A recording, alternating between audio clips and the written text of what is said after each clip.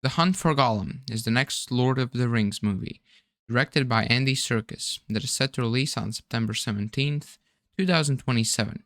It is set during the 17-year gap between Bilbo's 111th birthday and Frodo's departure of the Shire. So, what happens in those 17 years? This is the Lord of Culture. Here we discuss books, movies, video games, and so on. If you enjoy this type of content, feel free to like and subscribe. And without further ado, let's jump right in. During Bilbo's 111th birthday, Gandalf noticed that Bilbo had a strangely powerful attachment to his ring, which made Gandalf suspicious of it. When he requested that Bilbo leave the ring behind for Frodo, as he had promised to do, Bilbo started acting almost like he was possessed by the ring, which made Gandalf even more wary of it. After Bilbo finally parted with the ring and departed the Shire for Rivendell, leaving Frodo, the One Ring, Gandalf set out to learn which ring exactly Bilbo had found all those years ago back in Gollum's cave. So, Gandalf did not yet know that it was the One Ring forged by Sauron in the Fires of Mount Doom. And this is where the 17-year gap comes into play. While in the movies, it seems like it took Gandalf a few weeks, perhaps even a few months, to discover the true nature of the ring. In the books, it is clearly said that this quest took 17 years, from the Third Age 3001 to the Third Age 3018.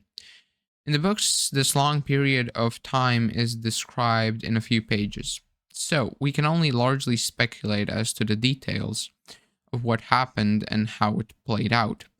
We know that during this period, Gollum was on a mission to find his precious, which was what he came to call the One Ring. In fact, that's what all bearers of the ring called it after it had eventually possessed them. He wanted to find the Shire and the Bagginses so he could reclaim his precious from the nasty thieves that had stolen it from him.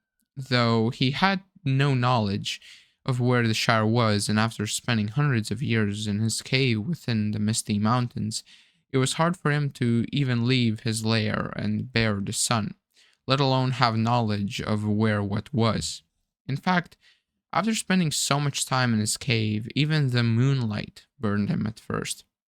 Unfortunately for Gollum, on his search for the ring, he was naturally drawn to Mordor, where he was captured by Sauron's forces and tortured for knowledge of the ring.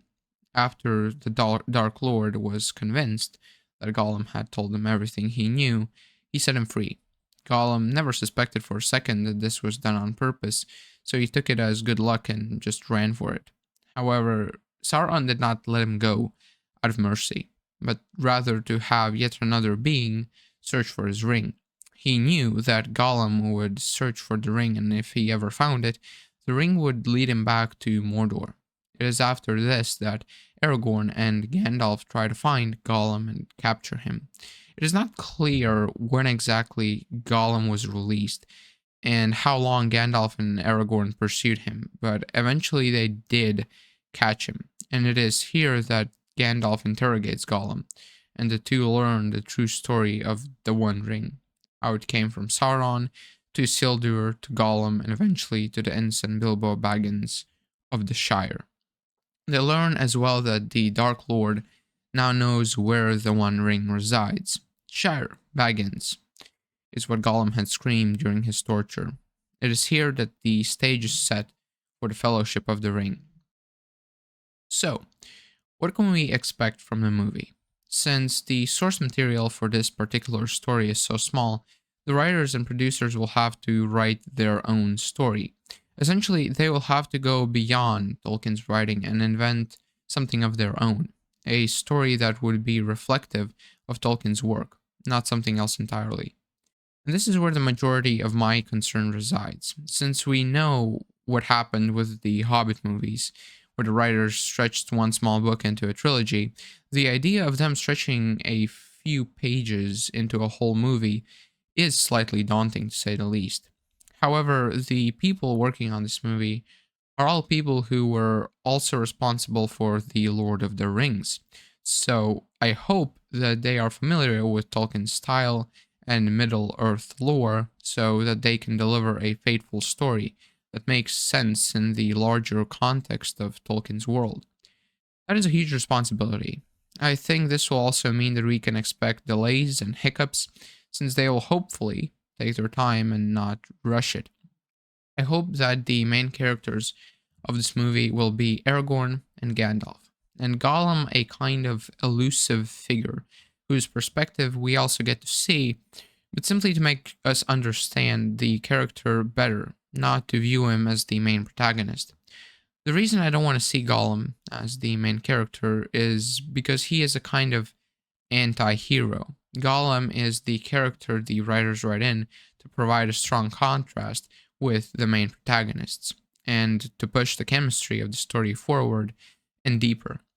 I mean, even in The Lord of the Rings, the first thing Gollum does to Frodo is strangle him, and the last is bite his finger off in Mount Doom shortly before the destruction of the ring and Gollum himself. Gollum does possess two distinct personalities, so perhaps they can expand on his internal struggle between his original self and his evil self that represents the One Ring, essentially creating a very unique story arc.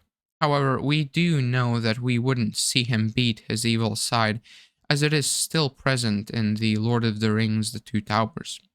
As for the cast, we know that Ian McKellen will be returning as Gandalf the Grey and Elijah Wood as Frodo Baggins.